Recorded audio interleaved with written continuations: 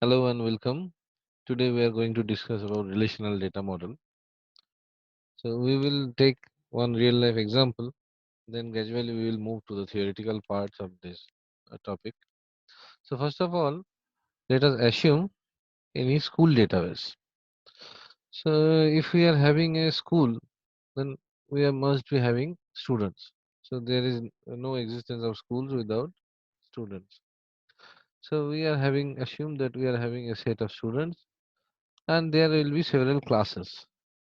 Now, in a relational database system, we have to store data regarding students and departments, classes, teachers, etc., in the form of records in tables. And each table is defined by a set of attributes or properties. For example, if we consider students table, then in students table, every student must have some roll number, name, father's name, class, contact number, email ID, etc. Similarly, every class must have some information like the class ID, name of the class, room number to which that particular class is being organized, then the capacity of the class, etc. So we are having two different tables with different set of data. In one set, we are having students. So suppose it is a table of data regarding students. Similarly, we will have another table which will have classes. Now, let us take any student, say this student, the first one. Suppose her name is X. So, how do we know that what is the class or in which class the student X studies? So we must have some relationship between these set of data by which we can understand or we can define this type of relationship. So here, name, roll number, etc., these things give us identity about the student. Similarly, class ID, class name, capacity, etc., gives information or data about the classes. But how these two classes are related? So this is one major thing. And for that, we will first, for few minutes, we will study about entity relationship model. We will study the entity relationship model.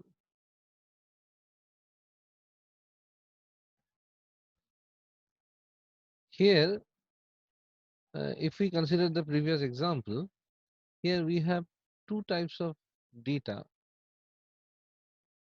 Say, for example, this one, students and classes. So these are some things or objects. So every class is basically a classroom, teachers, students, etc. And logically, this is one single component. There are several similar components, and they are every. So these are different classes. Similarly, the students, every individual student is an object. Okay, so this table actually contains a set of objects. So these types of tables are called entities.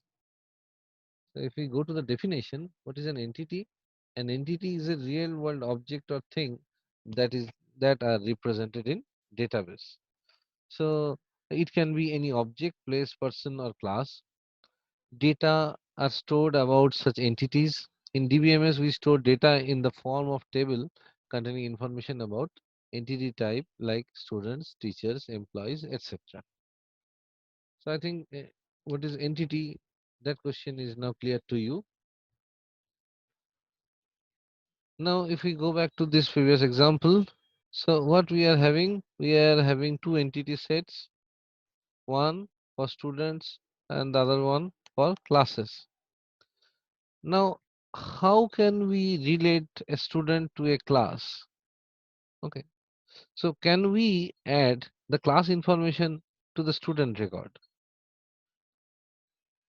Suppose X now studies in class 11.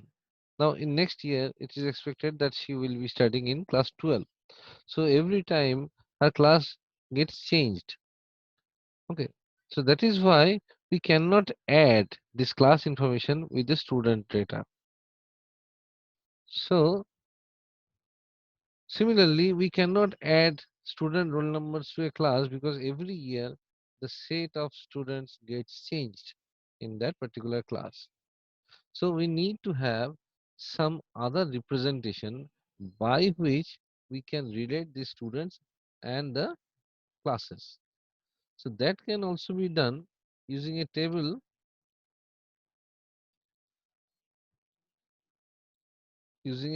of data relating the students and the classes. Okay. So there we get another type of table which contains something that can relate the student X to a particular class Y. Okay. So these types of tables are called the relationship set. So a relationship is an association among several entities. Uh, a relationship set is a set of relationships of same type. So now we can find out, or we can identify that in this particular example, there are three tables. Two tables are used as entity tables, or used to represent the entities. So this one is entity and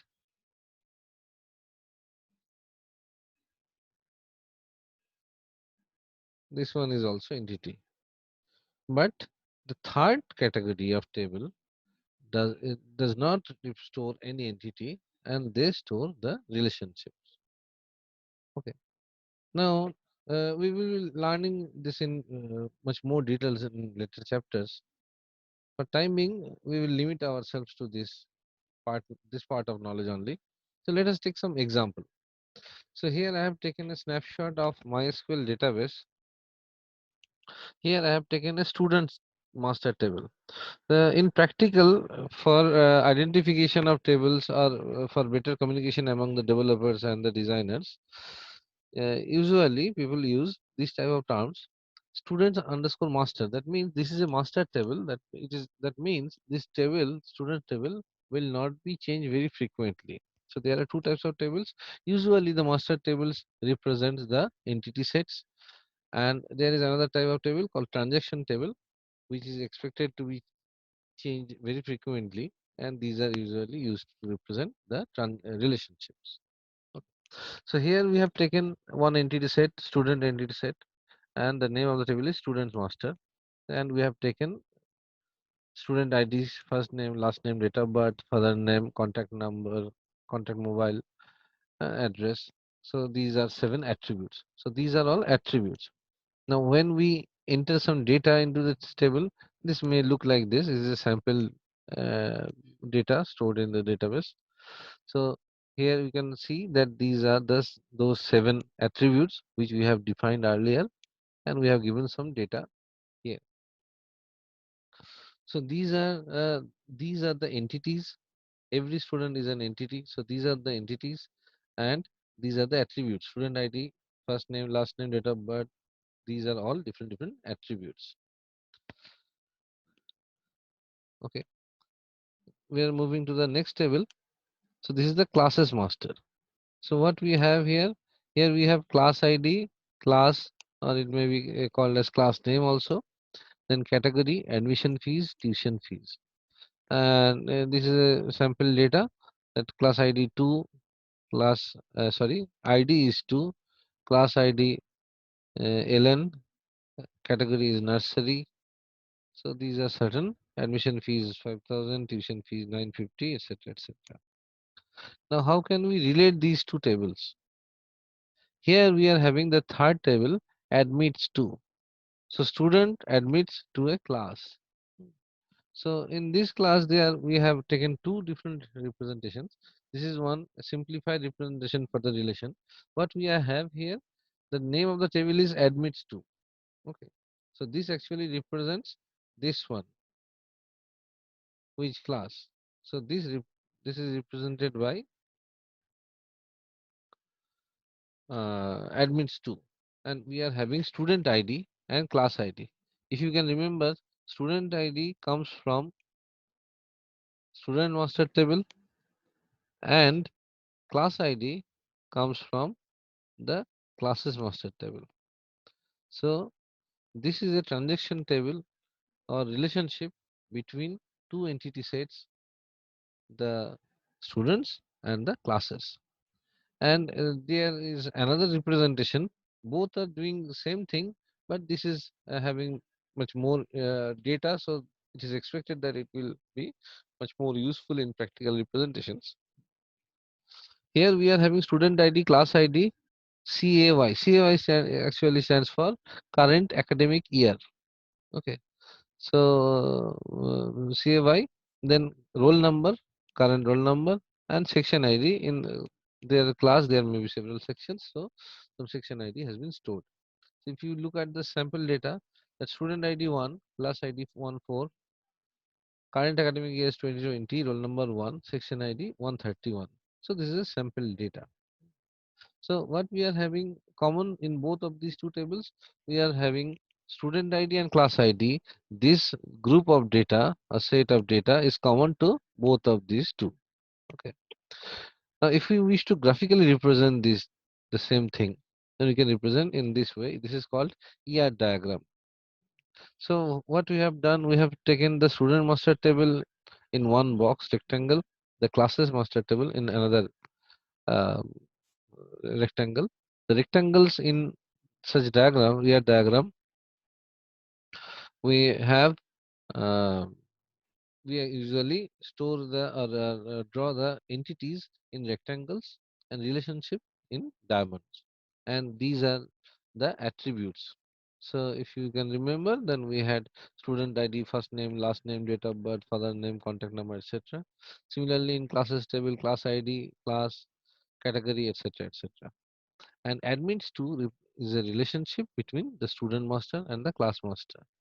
So here, if you can notice that we do not have any attribute associated with admit to, but in practical we had two different representations of admit to. In the simplified version we had student ID and class ID, and in the other version we had total 5 attributes.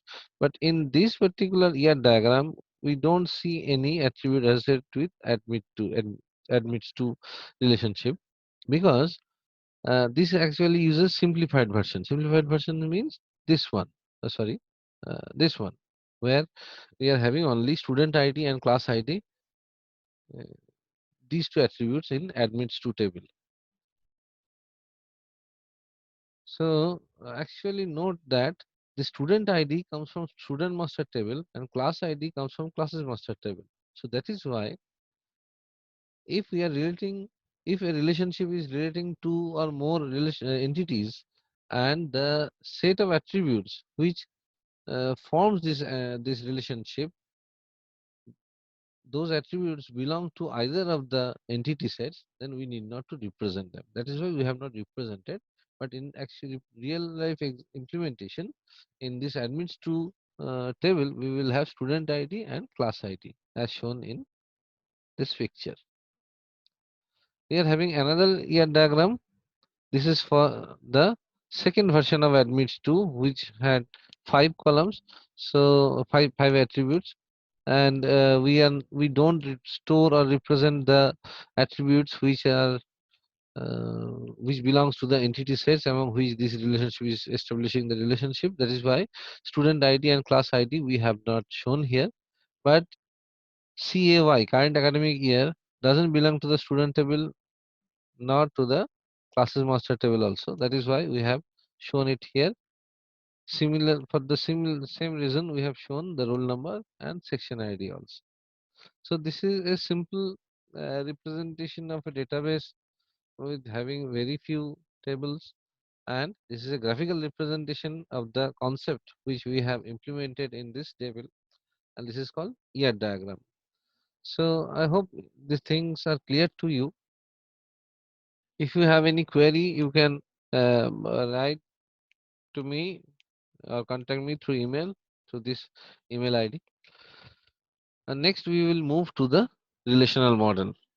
Thank you.